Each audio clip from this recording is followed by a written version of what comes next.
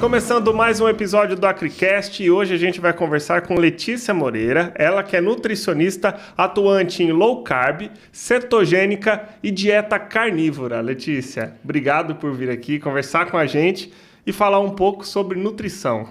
Eu que agradeço o convite, estar aqui no AcriCast, né, aqui na Acrimate, e vamos falar sobre essa alimentação que eu tanto amo e que eu tanto estudo. Legal, e a gente fala sobre dieta carnívora, eu acho que um dos maiores cases que você trabalha é com o Alessandro Medeiros, que trabalhou e vem fazendo essa dieta 100% carnívora, né? Exatamente, a gente já tem um trabalho de 6 anos, onde, né, o Alessandro passou por essa escadinha de low carb, cetogênica e se encontrou na dieta carnívora. A gente gosta de dizer que, na verdade, a carnívora encontrou o Alessandro, né, com toda a disciplina, né, como ele é, isso deu super certo para ele e, enfim, a gente hoje leva esse trabalho, né, justamente para mostrar o poder da carne, o quanto a carne é importante para a nossa alimentação. Diante de um mundo vegano que hoje a gente tem, falar sobre consumo de carne acaba nos tornando pessoas bem rebeldes, né? Mas a gente fala porque o impacto que a proteína animal teve tanto na minha vida quanto na vida do Alessandro foi muito grande. Então, a gente quer mostrar, né, o quanto a alimentação pode ser a porta aí para uma saúde saudável, para a longevidade das pessoas. Antes da gente entrar no assunto da dieta carnívora, vamos explicar para o pessoal essa atuação sua na dieta low carb e na cetogênica, qual que é a diferença? O que cada uma tem de diferente? Bom, quando a gente fala em dietas, né, low carb, a gente tem que entender que existe um leque de opções bem grande, né? Então, dentro desse espectro, nós vamos ter várias subdivisões, mas para a gente encurtar, a gente tem aquela dieta low carb, que tem uma quantidade maior de carboidrato, ou seja, nós não somos contra o consumo de vegetais e frutas. Nós, podemos dizer que nós somos contra os industrializados, açúcares, né, farináceos. Então, a dieta low carb, ela preconiza uma quantidade de consumo de até 130 gramas de carboidrato dia. Eu gosto sempre de passar para a caloria, para as pessoas terem uma visão de que não é pouco carboidrato, que fala low carb, né, apesar de estar low carb, é uma quantidade que gira em torno de 600 calorias de consumo de carboidrato dia. Então, assim, não é uma quantidade baixa, né? Dentro desse espectro também a gente vai ter a dieta cetogênica. A cetogênica, ela é um pouco mais desafiadora em relação ao consumo de carboidrato e ela pode girar em torno de 30 a 20 gramas de carboidrato, dependendo do indivíduo, né? Só que qual é a diferença da low carb para a cetogênica? A cetogênica, ela faz com que o seu corpo entre em cetose nutricional. O que é a cetose nutricional? É um metabólito, né? A cetose é um metabólito que é advindo da quebra da gordura. Então, o seu corpo começa a utilizar a via da gordura ao invés da glicose como fonte de energia, tá? E a gente vai ter aí o espectro da carnívora, que também tem um leque de opções quando a gente fala em dietas carnívoras.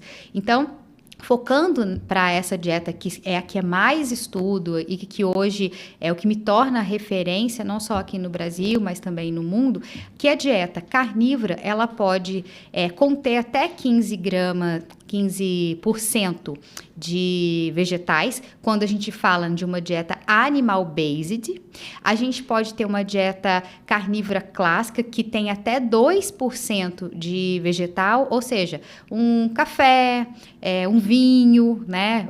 O uso de temperos para fazer a alimentação. E a gente tem a Lion Diet ou a carnívora estrita, onde só se consome carne de animais ruminantes, água e sal. Então, cada uma dessas vertentes, ela vai ser específica para cada pessoa, né? Digamos que a dieta estrita, que é a Lion Diet, que é a mais desafiadora, ela é uma dieta extremamente terapêutica. Muitas pessoas, mas é muito restrita. Mas eu falo assim, restrita por quê? Se algumas pessoas têm remissão de doenças através dessa alimentação.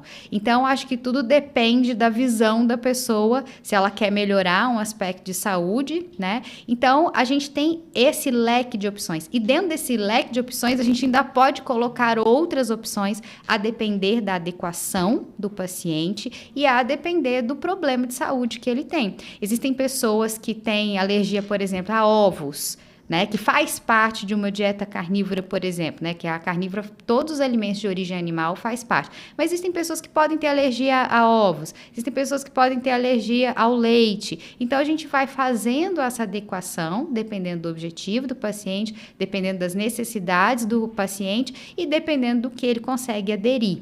Né? Mas, se a gente for pensar em relação ao consumo de carne bovina, na Lion Diet, por exemplo, que é na carnívora estrita, ela é a dieta mais anti-inflamatória que existe. Porque qual é a diferença da carne de animais ruminantes, por exemplo, o boi, né? Ele, ali no rumen, ele já faz todo o processo que a carne, ela se torna, então, muito anti-inflamatória. Então, por isso que algumas proteínas, algumas pessoas podem ter ainda um grau de alergia, mas na carne dos animais ruminantes, isso basicamente quase não acontece.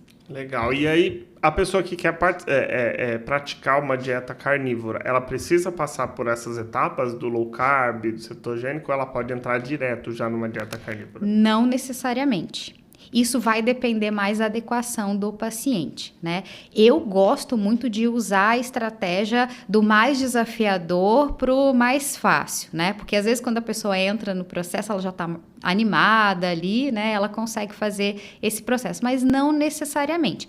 O Alessandro, por exemplo, ele passou pela escadinha. Ele veio ali com a low carb, depois cetogênico e por fim, né? Ele ficou pouco tempo nessas estratégias e logo ele já gostou muito da carnívora, né? E aí ele já entrou. Mas eu tenho pacientes que a gente precisa fazer uma intervenção rápida, dependendo da doença que ele tem. Vou dar o exemplo de uma paciente minha, que foi a minha primeira paciente em carnívora. Ela tem, né, a doença de Crohn e a doença celíaca, que são doenças intestinais e que causam muitos problemas para o paciente. Então, essa paciente, o indicado para ela é entrar diretamente na Lion Diet. Então, a partir do momento que ela entrou na Lion Diet, ela desinflamou o organismo e com isso ela não teve mais as crises que são causadas pela doença celíaca e também pela doença de Crohn. Inclusive, ela parou de ir no médico, ela diminuiu o consumo da medicação que ela tomava. Então, por isso que eu gosto de falar que a dieta carnívora ela é terapêutica. Hoje, ela é muito difundida como dieta de emagrecimento, mas o emagrecimento é apenas uma consequência do que acontece com o nosso organismo, né? Então, essa evolução depende muito mais do paciente do que, né, eu como nutricionista, eu preciso ir adequando a essas preferências do paciente, mas ir pela escadinha, né, da low carb, cetogênica e carnívora, depende, ou dependendo da situação, a gente já vai direto na estrita. E aí depois, a gente não precisa ficar só na dieta carnívora estrita. Esse paciente, ele pode ir fazendo as reintroduções, né? Então, a dieta carnívora é uma dieta de eliminação. Depois, a gente vai fazendo as reintroduções para ele ir sentindo se ele tem alguma intolerância, algum alimento ou não. E não precisa viver em dieta carnívora estrita como o Alessandro, apesar de que uma dieta carnívora estrita, ela também não tem limitações. Você pode viver em dieta carnívora estrita porque você vai ter todos os nutrientes essenciais para a tua sobrevivência, né? Então, você vai ter ali proteínas de alto valor biológico, você vai ter gorduras importantes, você vai ter as vitaminas, minerais, todos vão ter ali naquela alimentação. Mas, assim, você não necessariamente precisa só viver com a carne. Você pode ter ali uma cetogênica que tem um consumo de alguns vegetais, ou até uma animal based, que é bem pouquinho vegetal, mas a base é sempre proteína animal. Eu acho legal a gente desmistificar alguns assuntos sobre o consumo de carne. Você falou sobre essa questão das doenças inflamatórias, que a carne, ao contrário, a carne, ela na verdade ajuda, né? Então, acho que a gente tem alguns mitos aí, ou verdades que são ditas, e aí eu queria ouvir de você. A carne falam que faz mal. comer em Sim. excesso. A gente tem o exemplo do Alessandro, que a gente vê que realmente é o contrário, né? Sim. Mas, por exemplo, tem pessoas que acham que a carne ela vai apodrecer dentro do corpo. Como que é isso?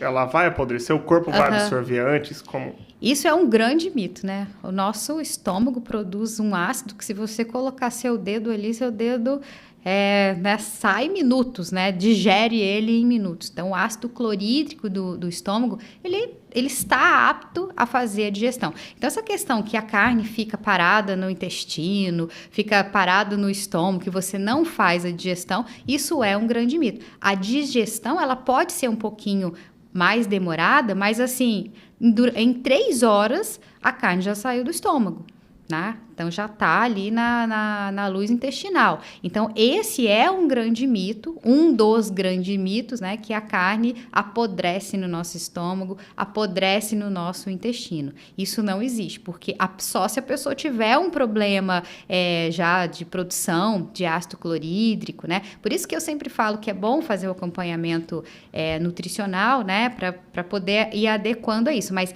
essa questão de pessoas que ficam com a carne no estômago por horas e horas é mentira. O que acontece muitas vezes, que as pessoas não se sentem bem, é que elas vão para um churrasco, por exemplo. Aí no churrasco ela come pão, toma cerveja, ela come farofa, ela come um monte de outros alimentos, e inclusive a carne.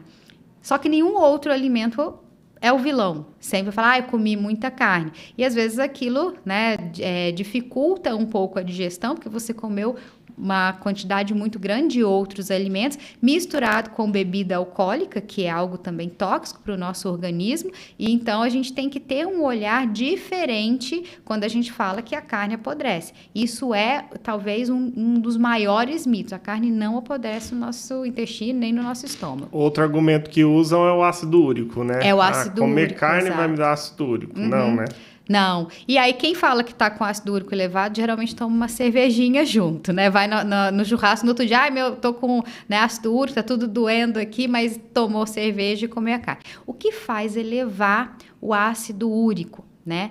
É o consumo de frutose. E quando a gente fala em frutose, não estamos falando da fruta que você come, nós estamos falando aí do refrigerante, nós estamos falando aí dos açúcares, né? Ou você come muito doce, nós estamos falando de alimentos que são acrescidos, né, de frutose. Hoje, o adoçante que a gente tem na indústria para adoçar os industrializados é justamente frutose. Então, você imagina, você come muito doce, você toma suco de caixinha, você toma muito refrigerante e come carne, aí você vai ter um problema, mas não por causa da carne, mas por causa dessa elevação da frutose que faz com que você tenha esse problema de ácido úrico. Voltando para o exemplo do Alessandro, há uma semana atrás a gente fez uma batelada de exames. O ácido úrico dele normal, apesar, né, dele comer uma quantidade maior de carne vermelha. Entrando então no Alessandro, vamos falar um pouquinho dele. Ele já até participou do nosso episódio da Cricast, conversou, explicou como que funcionam as provas dele, mas agora, com a nutricionista dele, quem acompanha, quantos anos que acompanha ele já? Vai fazer 6 anos já que a gente começou esse trabalho, né? Como te disse, nessa escadinha, mas com a dieta carnívora foi em 2000, quando veio a pandemia, né? E o interessante é que a dieta carnívora entrou como uma estratégia nutricional para perda de peso por um período quando ele estava indo para o Mundial de Ultraman, né, na época que a gente iniciou. E nesse período, foi um período que ele adorou, né, a estratégia, e aí, só que como ele estava no início do processo da mudança alimentar, ele acabou tendo uma queda de performance, então a gente desistiu daquela estratégia a princípio, mas aí logo em seguida veio a pandemia, e aí todas as provas foram canceladas. Aí, nesse momento, ele me perguntou se a gente poderia voltar para a dieta carnívora, porque daí daria tempo de ter uma adaptação, né? Então, foi nos anos 2000 que ele iniciou a dieta carnívora mesmo. Então, se a gente for ver, foi há 5 anos atrás que a gente... 2020, né? 2020. Falei errado. Hoje, atualmente, como que está funcionando a dieta dele? Hoje ele está 100% carnívoro. Sim. Como que é o acompanhamento como nutricionista com ele? Bom, então hoje, né, diante desse... A gente já fez vários testes, né, porque a gente não tinha um protocolo de como que a gente iria fazer. Então, tudo que a gente fez, essa metodologia de trabalho, foi algo que a gente foi desenvolvendo ao longo desse projeto, né, do carnívoro. Então, nós pegamos muitos dados que a gente tem fora do Brasil, porque aqui no Brasil a gente não tem muitos estudos com relação a isso, inclusive nós estamos sendo os pioneiros nesses estudos aqui no Brasil. Então, nós pegamos muitos exemplos do que a gente tem de profissionais fora do Brasil. E aí a gente começou esse laboratório, né? Ao princípio a gente errou em algumas coisas, depois a gente foi consertando, e hoje a nossa estratégia que deu super certo, que foi assim o redondo, foi 3 meses antes de uma competição, a gente aliar a dieta carnívora e jejum. Então ele faz uma alimentação ao dia que gira em torno de 800 até 1,2 kg de consumo de carne por dia em uma alimentação só, né? Isso em caloria dá quanto? Isso em caloria, por incrível que pareça, para o Alessandro dá em déficit calórico. Então, ela não chega nem a 2.500 calorias. E aí, a gente precisa aumentar o consumo energético através de manteiga. Então, ele come meio tablete de manteiga, mais essa quantidade de 800 até 1,2 kg de carne. Dependendo, às vezes, a gente tem que aumentar até um pouco mais, né?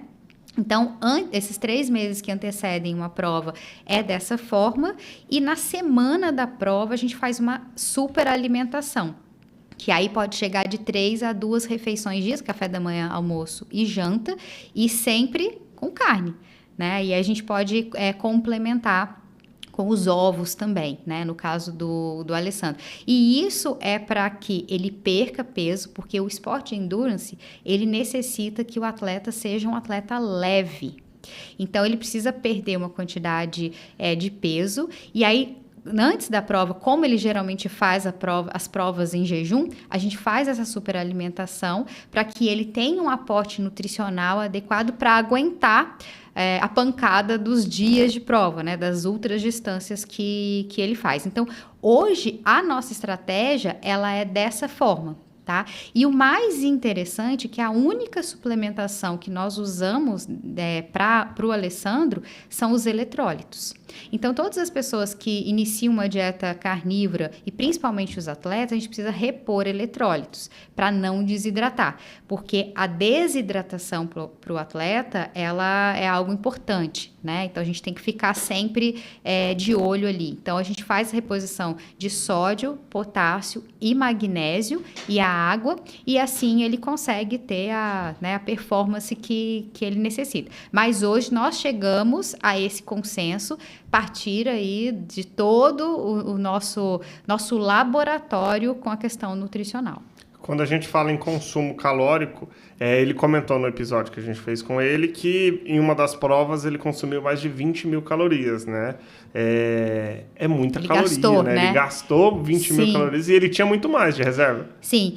A gente, antes do Mundial de Ultraman, nós fizemos uma série de exames que são importantes para que a gente possa traçar essa estratégia, né? Então, nós fizemos uma avaliação física, né, do quanto de gordura ele tinha no corpo. E a gente viu que o Alessandro estava com 10% de gordura corporal. Então, apesar de magro, né, ele estava com 10%. E, pelos nossos cálculos, ele tinha em quantidade calórica no corpo da gordura dele, mais de 80 mil calorias. Né? Então, a gente já sabia que era caloria mais do que suficiente para ele fazer a prova. Durante a prova, a gente foi coletando dados, principalmente para a gente saber qual foi esse gasto calórico, né? Como é que estava a glicose, que é algo importante também, que as pessoas às vezes têm dúvida. Então, a gente foi coletando vários dados. E a gente viu que em cada dia ele teve uma perda média aí de 7.000 até 9.000 calorias e totalizou durante os 3 dias de prova 22.000 calorias gastas, né? E ele teve uma perda de peso de 4 quilos, que se a gente for fazer pelos cálculos, né, nutricionais, seria realmente o peso que ele deveria perder pelo esse consumo, pela essa perda, né, calórica que ele teve. Mas, ou seja, ele perdeu a gordura, não perdeu massa muscular, porque muitas vezes as pessoas falam, mas ele vai perder massa muscular. Ele não perdeu massa muscular, ele perdeu realmente da energia que ele tinha armazenada como fonte, né, de gordura corporal. Quando a gente, só para as pessoas entenderem um pouco mais, quando a gente fala que ele gastou 22 mil calorias, um homem adulto, do tamanho dele, Sim. do peso dele, hoje precisa consumir por dia quanto? 3 mil, 4 mil? Então, né? Essa questão calórica para a dieta carnívora, ela vai entrar sempre no segundo plano. Tá? Então, tudo que você vê, a gente precisa desmistificar muita coisa, porque quando a gente tem uma dieta tudo é padrão, nem né? tudo é padrão. Então, a dieta convencional, a gente pode até pensar assim, o quanto de caloria eu preciso. Hoje, a minha maior preocupação é justamente você estar nutrido, porque toda a estratégia que o Alessandro fez para a preparação, ela foi uma preparação em déficit calórico. Então, diante do gasto calórico dele e do que ele consumiu para a preparação, ele consumiu menos do que ele estava gastando. Óbvio que era uma estratégia para a gente perder peso, sim, né? Mas ela não vem. Então, assim, hoje eu vejo que não existe essa receita de bolo. Ela vai mais pelo feeling entre paciente e o nutricionista. É o acompanhamento que vocês fazem. Acompanhamento. Inclusive nas provas, né? Inclusive nas provas, né? Então, a gente vai fazendo essa coleta de dados, vai pesando. E o que a gente percebe hoje é que o Alessandro mantém uma estabilidade do seu peso, né? Então, ele é uma pessoa que tem uma alimentação rica em nutrientes, então não necessariamente essa questão calórica ela vai ser o primeiro passo. Então, a partir do momento que a gente percebe assim, precisamos fazer uma estratégia de perda de peso, aí a gente olha para a caloria. Mas, num primeiro momento, para falar assim, todo mundo tem que ter quanto de consumo calórico. Não necessariamente. A individualidade, ela tem que ser respeitada. Porque tem pessoas que vão necessitar de mais, tem pessoas que vão necessitar de menos, até mesmo para perda de peso. Existem pacientes que são obesos, mas que a gente não precisa pensar na questão calórica para ele perder peso. Só da gente fazer a reorganização da alimentação, fazer uma alimentação mais limpa, menos inflamatória, onde vai melhorar a produção de energia pelas mitocôndrias, às vezes a gente pode deixar a quantidade de energia para ele, mas que ele vai ter um processo de emagrecimento. Então, isso são coisas que é muito difícil hoje em dia a gente falar, porque são situações que a gente foi percebendo, e eu como nutricionista, já que atuo nessa área há 10 anos, né, eu já sou uma nutricionista formada há 20, mas com dietas de baixo carboidrato há 10 anos, é uma situação clínica que eu vejo com os meus pacientes hoje com muita frequência. Né? A gente opta por aumentar o consumo de gordura para essas pessoas, que também é um contraponto ali quando a gente fala de emagrecimento. Então, aumenta no consumo de gordura, mantém a proteína dentro da normalidade e o carboidrato bem baixinho, isso já muda a sua estrutura metabólica e você já consegue ter o emagrecimento. Então, tudo hoje que eu percebo desses 20 anos de formada é muito mais individualidade e o acompanhamento entre o profissional e o paciente do que a gente falar que todo mundo deve consumir uma certa quantidade de caloria. Hoje o projeto, Alessandro, o laboratório, né, que é o Medeiros, eu acredito que vocês trabalham com o extremo, né? São 3 extremos que são trabalhados. A dieta totalmente carnívora, a atividade física que ele faz no extremo e a idade dele, que tem mais de 50 anos. Sim. Você acredita que esse combo de extremos ajuda a projetos futuros? Então, tanto só na alimentação, quanto na atividade física, quanto para pessoas numa idade mais avançada poderem melhorar problemas de saúde somente com uma alimentação carnívora? Você acha que esse projeto, hoje, trabalhando com extremo, vai ser fácil pessoas com problemas menores, digamos assim? Sim, eu costumo dizer que não é extremo, né? Porque quando a gente fala extremo, ruim, né? Extremo parece ruim. que é uma coisa ruim. Eu falo que é um desafio, né? Então, nós temos uma dieta que é mais desafiadora, uma atividade que é mais desafiadora e a idade que cada vez, né? A gente vai ficando mais velho. Então, a gente tem esse combo de situações, né? Então, quando a gente vê, vamos pegar pela idade do Alessandro. Quando a gente vê um atleta como o Alessandro, que hoje tem 54 anos e que ao invés de piorar, que seria a tendência, começa a ter uma melhora, a gente já começa a pensar, opa, tem alguma coisa que realmente está funcionando. E aí a gente volta para a dieta. A dieta carnívora, no meu ponto de vista, deveria chamar dieta humana, porque é a dieta da qual a gente, né, evoluiu. Então, a dieta humana que ele pratica, né, fez com que ele tivesse essa melhora da performance, uma melhora cognitiva, uma melhora de composição corporal, uma melhora de saúde. Né? A gente sabe que os nossos ancestrais não corriam 515 quilômetros, né? Mas então vem aí com essa questão dessa prova, né, de alta distância, né, do endurance, que é uma situação que faz com que o corpo fique inflamado, né? Só que ele, com essa dieta, que é uma dieta anti-inflamatória, né? Falei aí muito sobre isso. Isso faz com que as inflamações que vai acontecer, elas sejam minimizadas. Então, eu percebo que foi assim os pilares para que ele hoje conseguisse chegar no patamar que ele está. E hoje eu vejo que não tem limite para o Alessandro. Cada vez mais ele melhora, né? E a gente está vendo isso pelas provas que ele está participando, por tudo que está acontecendo, essa melhora muito significativa da performance e saúde. Existe até pessoas que dizem que esportes de longa distância não são saudáveis, né, para o atleta acaba se aposentando muito rápido. No caso do Alessandro, não. Está sendo completamente... Parece que vai demorar um pouquinho mais ainda, né? Acredito que vai demorar, e isso só reforça o quanto a carne tem um poder nutricional muito grande. O quanto a nossa dieta, ela deve ser baseada na proteína animal, na gordura animal, que também foi muito difamada. Então, a nossa rebeldia, né, com relação à alimentação, isso está gerando dúvidas para a sociedade, para a ciência. Eu acho que isso vai ser um pontapé para se descobrir novas coisas, que é o que a gente deseja.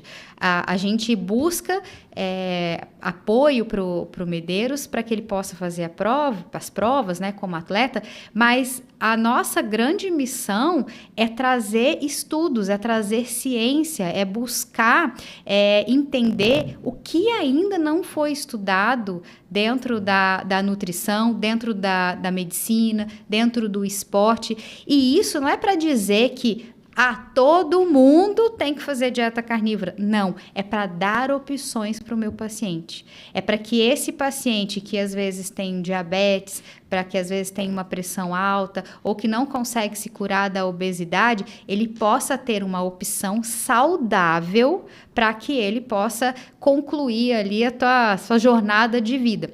É óbvio que o Alessandro, como um atleta que tá nessa vanguarda, que faz essas provas mais desafiadoras, isso chama muita atenção. Então, a gente chama atenção para lutar pela ciência, para lutar pela saúde da população e dizer para as pessoas não tirarem a proteína animal da alimentação, porque o caminho está sendo da retirada. Eu acho que a agenda vegana está falando muito sobre isso. Tem aquela questão de 2030, né, das cidades, da C40, que faz, né, eles estão fazendo campanhas para tirar o consumo de carne da alimentação, ou seja, 2030 está aí, daqui 5 anos. Se a gente não começa a fazer um movimento para a gente falar sobre essas mentiras que estão falando da carne, eu acredito que a população vai adoecer mais rápido. Mais rápido, vai ser uma população que que talvez, né, vai acabar tendo a vida mais curta, não longeva. Então, a gente precisa falar mais para que a gente possa ajudar mais pessoas a se curarem e não ficarem doentes com tanta facilidade. Eu acho que quando a gente trabalha com o consumo de carne, falar sobre o consumo de carne, a gente está indo contra o que a sociedade está vindo, né? Porque está tendo muito caso vegano, caso de fake news sobre o consumo de carne. Mas para nós, né? Eu até brinco com o Alessandro, nós mortais, né? Porque o Alessandro é um caso à parte. Para nós, o consumo de carne, o que dá para ser feito para que se tenha uma vida saudável, consuma carne, mas também continue consumindo carbo, continue consumindo legumes, verduras, mas que não tire a carne, né? Pelo contrário, aumente um pouco mais o consumo de carne, mas não deixe de comer outras coisas. Exato. O que dá para ser feito? A nossa bandeira é a comida de verdade. Então, é aquela comida da vovó, sabe? É esse resgate de uma alimentação livre de industrializado, livre dos empacotados, dos enlatados. A gente trazer isso, principalmente para a primeira infância ali, né? As crianças, eu acho que hoje a gente está vendo crianças com doenças de adultos, quantas crianças aí com diabetes tipo 2, né? Quantas crianças obesas. E cada vez mais isso está sendo uma realidade. Então, se a gente foca no consumo maior de proteína e, né, os vegetais, a gente não é contra vegetal, a gente não é contra as frutas, né, mas que essa alimentação, ela seja uma alimentação mais limpa, para que a gente tenha uma saúde melhor, né, para que a gente possa trazer isso para as crianças. Eu sempre penso nas crianças justamente porque elas são o futuro do nosso país. Né? Então, a gente precisa ter adultos daqui uns anos, né, mais saudáveis, porque é eles que vão cuidar da gente, né? A gente tem filhos, eu tenho 2 filhos, eu sempre penso nisso, eu não quero ver meus filhos doentes, eu acho que também é algo que, assim, a gente sempre tenta se curar, né, e entregar isso para a sociedade, então, é tentar resgatar isso desde a primeira infância, para que essas crianças tenham desenvolvimento adequado, né? Então, comer comida de verdade. Essa é a nossa bandeira. E com a proteína animal no prato todos os dias. Sem segunda sem carne, né? Essa questão da segunda sem carne, principalmente nas escolas, é algo extremamente preocupante. Né? A carne, né? Principalmente essa questão dessas leis, né? Para tirar a carne da escola, é justamente para quê? Escola pública. E a escola pública talvez seja o local que não deveria pensar sobre tirar um alimento tão importante. Né? Tem sempre uma fala que fez parte, né, da minha vida profissional, que eu trabalhei numa escola pública por 5 anos. E quando tinha feriado na terça-feira, e que era emendado a segunda e a terça, tinha muitas mães que iam na porta da escola e pedia para que não se retirar, não emendasse o dia, porque as crianças iam ficar sem comer. Então, ela ficava sábado, domingo, segunda e terça sem ter uma alimentação adequada. Muitas crianças vão para a escola para comer. Então, você imagina, tirar um alimento que é importante para o desenvolvimento da criança, mesmo que um dia, vai ter um impacto muito grande, porque no final de semana essa criança não come, né? Então, é algo que eu penso, porque isso eu vi, eu senti essa situação, né? Eu passei por situações, além da escola de trabalhar na merenda, eu também fazia visitas domiciliares, então eu conheci uma realidade que é uma realidade muito diferente da nossa. A gente não tem noção do que as pessoas comem, né? Muitas pessoas só comem farinha e o que, às vezes, né, a cesta básica. Então, eu acredito que a gente precisa também melhorar a questão da cesta básica para essas famílias. A gente não pode, eu acho que é até criminoso falar em segunda sem carne nas escolas, principalmente em escola pública, justamente porque é onde as crianças têm, né, a alimentação mais completa do seu dia ali, né? Então, essa realidade é trazer a comida de verdade com a proteína animal no prato de toda a população, inclusive, principalmente dessas crianças. Mas o jovem hoje, ele já vem também dando muito trabalho em relação à saúde, a consumo de alimentos, né? Hoje os números são bem maiores em relação a problemas cardíacos em jovens, sim. problemas de diabetes, obesidade. E isso tudo tem a ver com a alimentação, que às vezes é uma má alimentação, Sim. consumo de bebida alcoólica, pó de cigarro. E, na verdade, parece que está indo tudo ao contrário do que deveria ser, né? Em vez de estarem comendo a proteína, estão pedindo para tirar. Em vez de fazerem exercício, estão se alimentando mal. Mas eu acho que isso vem tudo da educação, né? Então, vamos voltar lá nas crianças, né?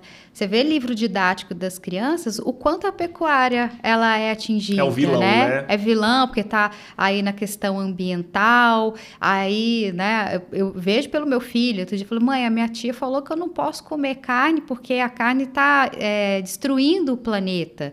E aí eu falo, não, aí você tem que explicar tudo isso. Mas na escola, a autoridade, a professora fala isso para as crianças, e as crianças já vão crescendo com essa mentalidade de que a carne faz mal, de que a vaca está destruindo o planeta. Então, eu acho que é algo muito importante da gente querer mudar, né? Fazer essa mudança dessa educação. Eu acho que a gente tem que começar a trabalhar muito a educação em relação à questão nutricional, em relação a essa questão ambiental, porque hoje os jovens, eles estão preocupados com o ambiente, né? Com o meio ambiente. Eu acho que essa é uma preocupação que a gente realmente tem que ter, sim, né? Mas a gente também tem que levar esse conhecimento, porque fala-se da vaca, mas esquece aí das indústrias, né? Dos carros que estão, né?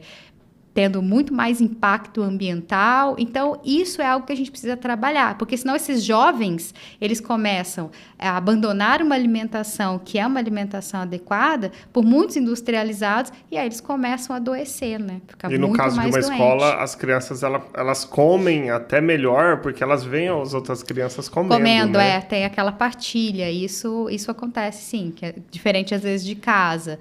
Então, a gente tem que lutar pela base.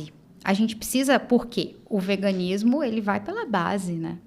Ele está indo pela base, tanto é que a criança vai crescendo, vai se tornando um adulto, mas ela tem aquela base, a carne faz mal. Às vezes ela nem sabe do porquê que a carne, né? Por que a carne faz mal? Só escutou falar. Só escutou, então uma mentira dita várias vezes se torna uma verdade, né? Legal. Letícia, para a gente já encaminhar para o final do nosso episódio, qual que é a mensagem que você deixa para o pessoal que tem que consumir carne ou que o pessoal está consumindo totalmente errado? Qual que é a mensagem da nutricionista? E também eu quero uma mensagem da pessoa que é responsável ali pelo Alessandro, que tem um desafio muito grande na frente. Qual é a mensagem que você deixa para o pessoal? Bom, a mensagem para todas as pessoas é que não tire a carne da alimentação. A carne, ela é curativa. A carne, eu brinco, né, que ela deveria ser vendida em farmácia pelo poder, né, de remissão de várias doenças. Então, não tirem a carne da alimentação. A proteína animal, no geral, não só a carne bovina, mas ovos, frango, suíno, né, os lácteos também. Então, não tire a proteína animal da alimentação. Essa é uma mensagem que eu sempre, né, digo para todos. Agora, com relação ao Alessandro, eu acho que o maior desafio a gente já passou, né, que foi fazer essa adequação. Eu acho que agora a gente busca o apoio de todos, né, de todos da pecuária, para que a gente leve essa mensagem para mais e mais pessoas. A gente começou isso há 6 anos, nós éramos pequenos, assim como a pecuária, nós já fomos também, né, muito apedrejados. Hoje nós somos mais respeitados aí com relação a tudo que a gente fala, mas a gente precisa de pessoas para nos ajudar a levar essa mensagem. Então, acho que a gente, como embaixador,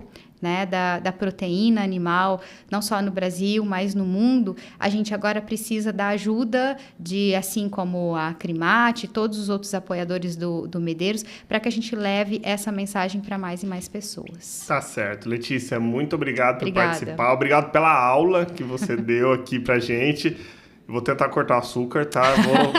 Vou tentar, Mas muito obrigado mesmo Eu que agradeço. e continue com esse projeto que está sendo incrível mesmo, você e o Alessandro, viu? Obrigada. E para você que acompanhou até aqui, siga as redes sociais da Acrimate, acompanhe nosso canal do YouTube, o episódio do Alessandro que já foi no ar e os outros episódios que também estão disponíveis.